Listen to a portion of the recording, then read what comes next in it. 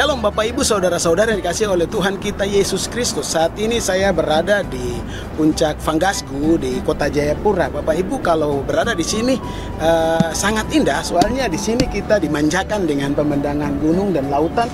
Bapak Ibu bisa lihat di belakang saya ini terdapat gunung-gunung. Keindahan gunung-gunung ini membuat saya teringat akan satu kebenaran firman Tuhan yang terambil dalam Mazmur 121 ayatnya yang pertama dan seterusnya, yang berkata demikian: Aku melayangkan mataku ke gunung-gunung, dari manakah akan datang pertolonganku?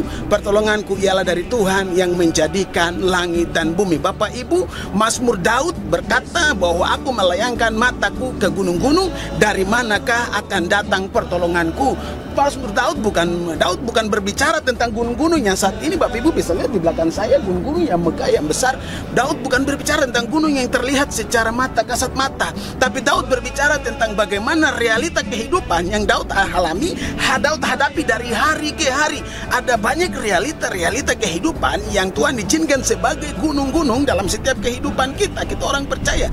Bapak Ibu, Tuhan tidak menjanjikan Anda tidak akan melewati gunung-gunung, bahwa dalam kehidupan orang yang percaya kita akan diizinkan Tuhan untuk menghadapi dan melewati gunung-gunung pencobaan, gunung-gunung masalah, gunung-gunung tantangan yang sebenarnya menjadi realita dalam kehidupan kita. Yang menjadi persoalan bagaimana cara pandang kehidupan kita orang percaya ketika menghadapi atau melewati gunung-gunung itu.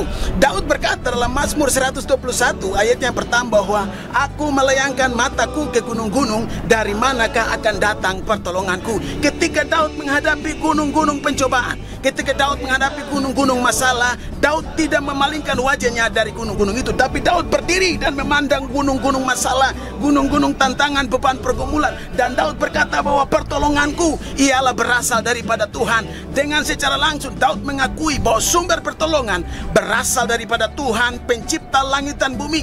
Daud punya tentara yang gagah perkasa, Daud pandai membuat strategi perang, Daud kuat dalam berperang, Daud bunuh berlaksa-laksa. Tapi Daud tidak mengakui segalanya. Daud mengakui bahwa keberhasilan dia, pertolongan dia datang daripada Tuhan. Daud punya kereta kuda yang dahsyat, Daud punya anak-anak buah yang pandai berperang.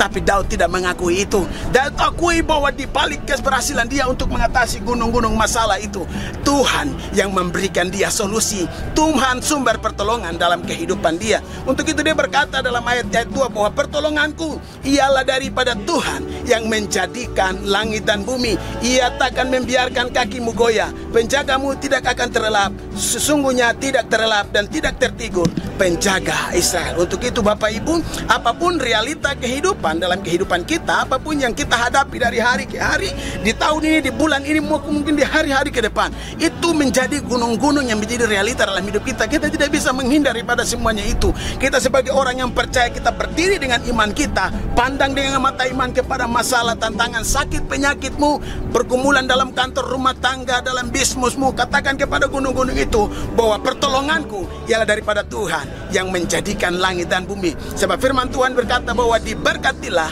orang yang mengandalkan Tuhan. Untuk itu kita sebagai orang percaya, Tuhan adalah segalanya dalam kehidupan kita. Hal materi boleh penting dalam hidup ini, manusia boleh penting untuk menjadi solusi, tapi Tuhan yang utama menjadi solusi dan sumber pertolongan dalam kehidupan kita. Langsung dari Kota Jayapura, Tuhan memberkati. Shalom.